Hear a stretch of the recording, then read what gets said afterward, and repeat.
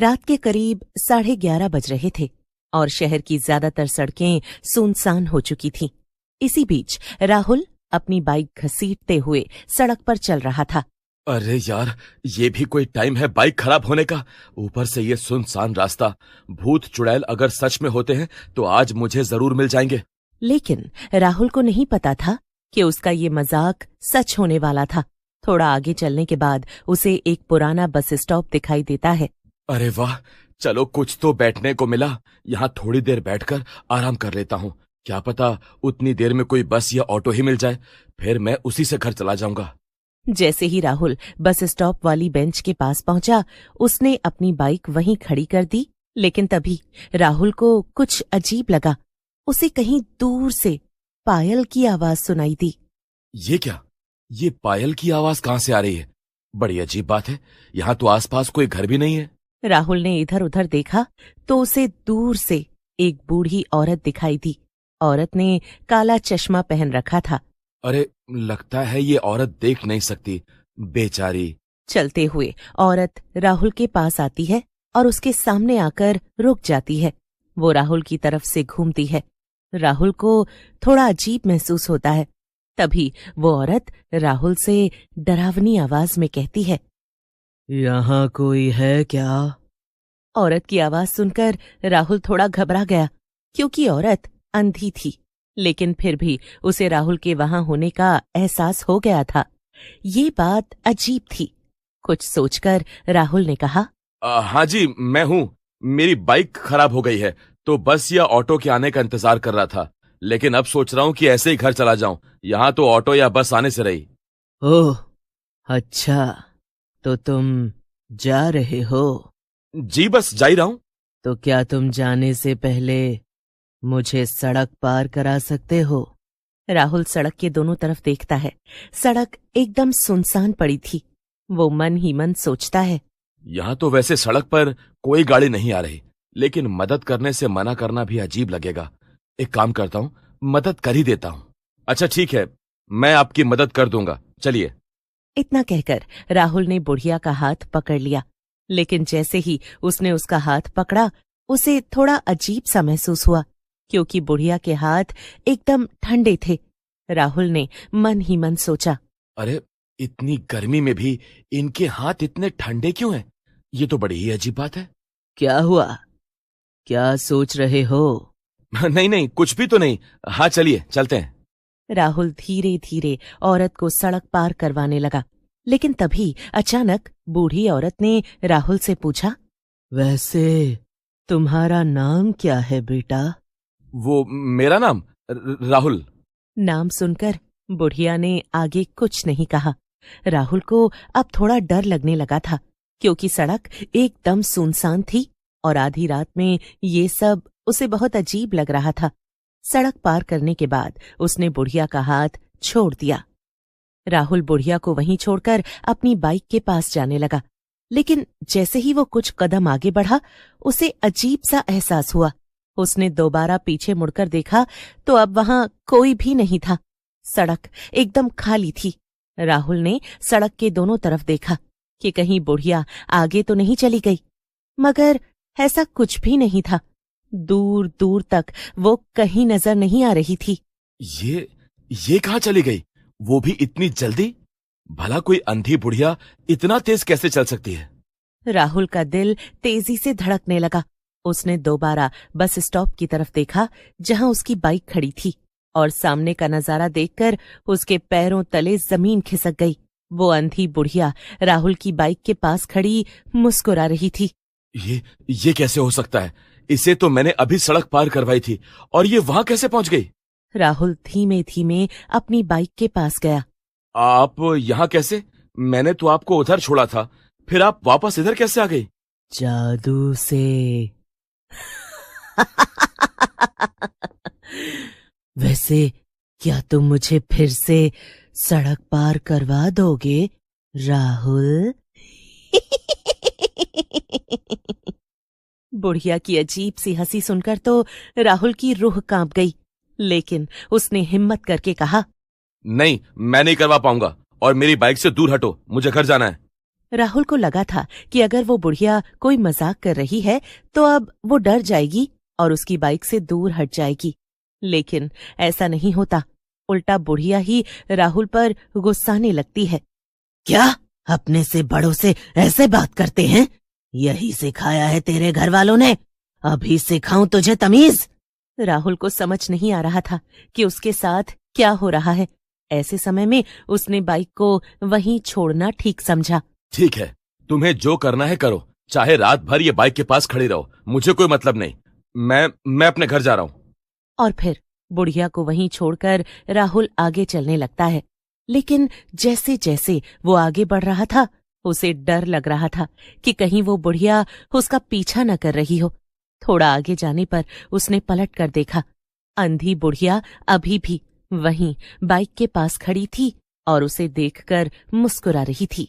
राहुल थोड़ा और आगे बढ़ता है, लेकिन जब वो दोबारा पलटकर देखता है, उसके होश उड़ जाते हैं।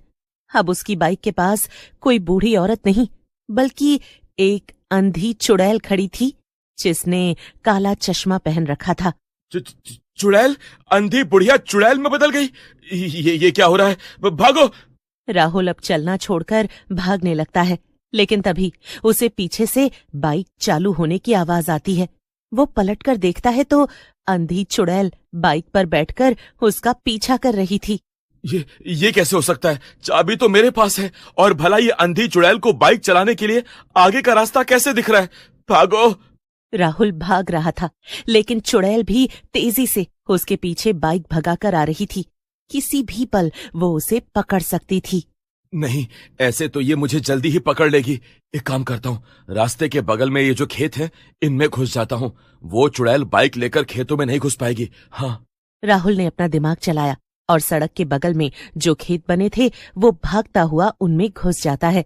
पीछे चुड़ैल भी बाइक रोक देती है। अरे नहीं, उस लड़के की आवाज अब आगे से नहीं आ रही। इसका मतलब जरूर वो खेतों में घुस गया। इसको तो मैं छोड़ूंगी नहीं। इसकी वजह से अब मुझे भी पैदल जाना होगा। चुड़ैल बाइक से उतर जाती है और आवाज का पीछा करते हुए वो भी खेतों में घुस जाती है। ये देखकर राहुल घबरा जाता है। खेतों से आगे निकलने के बाद राहुल को एक कुआं दिखाई देता है। कुआं? एक काम करता हूँ, इस कुएं के पीछे जाकर छुप जाता हूँ, ये ठीक रहेगा। ये सोचकर राहुल कुएं के पीछे जाकर चुपचाप छुप जाता है। पीछे से अंधी चुड़ैल आती है। ये क्या, आवाज आनी तो एकदम बंद ही हो गई। कहाँ चला गया मेरा शिकार? कहीं मुझे अब रात भर भूखा ही न रहना पड़े। चुड़ैल आवाज को ध्यान से सुनने की कोशिश कर रही थी, मगर उसे कुछ भी सुनाई नहीं दे रहा था। लेकिन तभी वहां से एक कुत्ता गुजरता है और राहुल को छुपा हुआ देखकर भौंकने लगता है। अरे, ये आवाज, ये तो कुएं के पीछे से आई। हाँ। चुड़ैल कुएं के पीछे की तरफ आ जाती है। आखिरकार पकड़ा गया। मुझे छोड़ दो, मुझे जाने दो, मैंने तुम्हारा कुछ नहीं बिगाड़ा। हाँ, तूने मेरा कुछ नहीं बिगाड़ा, लेकिन तूने अपना जरूर बिगाड़ा है, क्योंकि तू ठीक उसी वक्त बस स्टॉप पर आया जब मुझे भूख लगी थी, और अब मैं तुझे खाकर अपनी भूख मिटाऊंगी। लेकिन तभी पीछे से किसी ने चुड़ैल के ऊपर पत्थर फेंका। कौन है? कौन है? किसने फेंका पत्थर? चुड़ैल इधर उधर घूमकर सुनने की कोशिश कर रही थी। यही मौका है, जल्दी वहां से भागो। औरत के ऐसा कहते ही राहुल भागकर उस औरत के पीछे छुप जाता है। आखिर में चुड़ैल को हार माननी ही पड़ती है और वो गायब हो जाती है। राहुल उस औरत के साथ चला जाता है और फिर सीधा अगले दिन सुबह ही वहां से निकलता है। उस दिन के बाद वो कभी पुराने बस स्टॉप के पास नहीं जाता।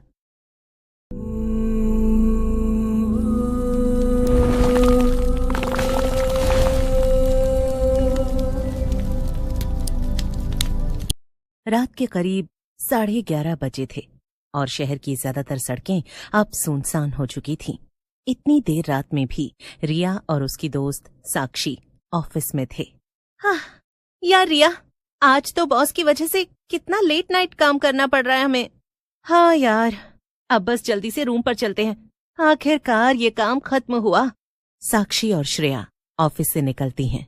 दोनों एक साथ एक ही फ्लैट पर रहती थीं। शिफ्ट खत्म करके दोनों स्कूटी से घर जाने के लिए निकल जाती हैं। यार मैं तो मर गई, मुझे इतनी तेज भूख लगी है कि मैं कुछ भी खा सकती हूँ। हाँ यार, मुझे भी, मेरा तो कुछ बहुत अच्छा खाने का मन कर रहा है, जैसे गरम गरम समोसे और हरी चटनी। हाँ और फिर मसाला डोसा। और फिर आखिर में मीठे के लिए चॉकलेट पेस्ट्री। बस कर यार, ये सब बोलने के बाद घर जाकर वो दोपहर की बची हुई खिचड़ी ही खानी पड़ेगी। साक्षी सुनसान रास्ते पर स्कूटी चला रही थी कि तभी उसे सामने सड़क के मोड़ पर एक छोटी सी ठेली लगी दिखी। उस पर हरे हरे नारियल लगे हुए थे। अरे ये क्या, इस समय नारियल पानी वाला कैसे? क्या कहा, नारियल पानी वाला? अरे फिर रोकना, बड़ी प्यास भी लग रही है और ये तो हेल्दी भी होता है। हाँ मगर रात के 11:30 बज रहे हैं यार, ये सेफ तो होगा ना? साक्षी और रिया नारियल पानी वाले के थोड़ा और पास पहुंचते हैं और देखते हैं कि ठेले पर एक लंबा आदमी खड़ा था। उसने साक्षी और रिया को देखकर दूर से ही आवाज लगाई। आइए आइए मैडम, मीठा ठंडा नारियल पानी पीजिए। एक बार पिएंगे तो बार बार मुझे ही याद करेंगे। ओहो, मुझे तो ये आदमी एकदम ठीक लगता है। साक्षी तू स्कूटी रोक। साक्षी और रिया गाड़ी से उतर जाती हैं और नारियल पानी वाले के पास जाती हैं। क्यों भैया, वैसे आप इतनी रात में नारियल पानी क्यों बेच रहे हैं? हाँ भैया, रात में तो सिर्फ भूत और चुड़ैल ही नारियल पानी पीने आते होंगे। रिया की बात सुनकर ठेले वाला आदमी मुस्कुराया। क्या मैडम, आप भी जरूरी थोड़ी भूत चुड़ैल नारियल पानी पीने ही आए। ऐसा भी तो हो सकता है कि उनमें से कुछ खुद नारियल पानी बेच रहे हो। आदमी की बात सुनकर साक्षी और रिया दोनों एक पल के लिए चुप हो गईं, लेकिन फिर रिया हंस पड़ी। क्या अंकल, आप भी, ये कोई वक्त है मजाक करने का? आप एक काम करिए, जल्दी से 2 नारियल पानी दे दीजिए, जल्दी कीजिए। और फिर अचानक से 2 नारियल अपने आप उसके सामने आ गए और हवा में उड़ने लगे। ये देखकर साक्षी के होश उड़ गए। रिया, तूने वो देखा? क्या देखा साक्षी? मैं तो वो पेड़ देख रही थी, देख उस पर बंदर बैठा हुआ है। अरे यार, इस आदमी के नारियल अभी हवा में उड़ रहे थे। हो, तू ना ज्यादा हॉरर मूवीज देखने लगी है। भला नारियल हवा में कैसे उड़ सकते हैं? हाँ? अचानक से आदमी भी हंसने लगा। उसकी हंसी थोड़ी अजीब थी। लीजिए मैडम, सिर्फ आप दोनों के लिए एक्स्ट्रा मीठा। वाह यार, इतना टेस्टी नारियल पानी मैंने लाइफ में नहीं पिया। आदमी ने साक्षी से कहा। आप भी तो लीजिए। नहीं, मुझे नहीं चाहिए। नहीं, थैंक्स। अचानक पीछे से आवाज आई। अरे तुम लोग यहाँ क्या कर रही हो? साक्षी और रिया दोनों पीछे मुड़ी। वहां उनका ऑफिस का दोस्त कबीर बाइक पर आया था। हाँ, वो हम बस ये ठेले से नारियल पानी पी रहे थे। कबीर ने ठेले की तरफ देखा और फिर हैरानी से पूछा, कौन सा नारियल पानी और कौन सा ठेला? अरे यही। लेकिन अब वहां सचमुच कुछ नहीं था, न ठेला, न बल्ब, न नारियल और न ही वो आदमी। मैंने कहा था कुछ तो गड़बड़ थी। चलो अभी के अभी यहां से निकलो। अरे यार, तुम लोगों को पता नहीं क्या, इस सड़क पर सालों पहले एक नारियल पानी वाला मर गया था। हाँ यार, लोगों का तो ये भी मानना है कि वो भूत बन गया और अक्सर देर रात को यहाँ अपने ठेले के साथ दिखता है। ये सब सुनकर साक्षी तो बहुत ज्यादा डर जाती है, लेकिन रिया हंसते हुए कहती है, बहुत फनी जोक है। वो आदमी जरूर ठेला लेकर अपने घर चला गया होगा। खैर चलो, हम भी अब घर चलते हैं। तीनों अपने अपने घर जाने लगते हैं कि तभी पीछे से फिर वही आवाज आती है। अरे मैडम, पैसे तो देती जाइए। भूत! मैंने कहा था ना, ये भूत है। तुम लोगों के चक्कर में मैं भी फंस गया। रुक जाओ, किसी ने भी भागने की कोशिश की तो अच्छा नहीं होगा। चलो अब नारियल पानी की भरपाई तो करो। क्या सिर्फ पैसे चाहिए? हाँ, हाँ, ये लीजिए फिर भूत भैया, 100 रुपए, 2 नारियल पानी के। मैंने तो पिया भी नहीं, फिर भी ले लीजिए। मैंने तो नहीं कहा कि मुझे पैसे चाहिए। मेरा नारियल पानी पीने की भरपाई तुम्हें दूसरी तरह से करनी पड़ेगी। तुम्हें मेरे साथ चलना होगा। चलो मेरे पीछे। भूत जी, वो मुझे भी चलना पड़ेगा क्या? तीनों को चलना पड़ेगा। नहीं चले तो ये सब नारियल एक एक करके तुम तीनों के सिर पर फोड़ दूंगा और फिर तुम्हें कच्चा चबा जाऊंगा, समझे? भूत की बात सुनकर तीनों डर जाते हैं और चुपचाप उसके पीछे पीछे चलने लगते हैं। भूत चलते हुए जंगल के पास पहुंच जाता है। पीछे साक्षी ने धीमे से कहा, हाँ, यार, इतना तो मैं पिछले 1 साल से नहीं चली होंगी। अब अगले 1 महीने जिम नहीं जाऊंगी। चुप करो यार तुम दोनों। ये क्या कोई मजाक का वक्त है? ये भूत हमें किसी भी वक्त कच्चा चबा सकता है।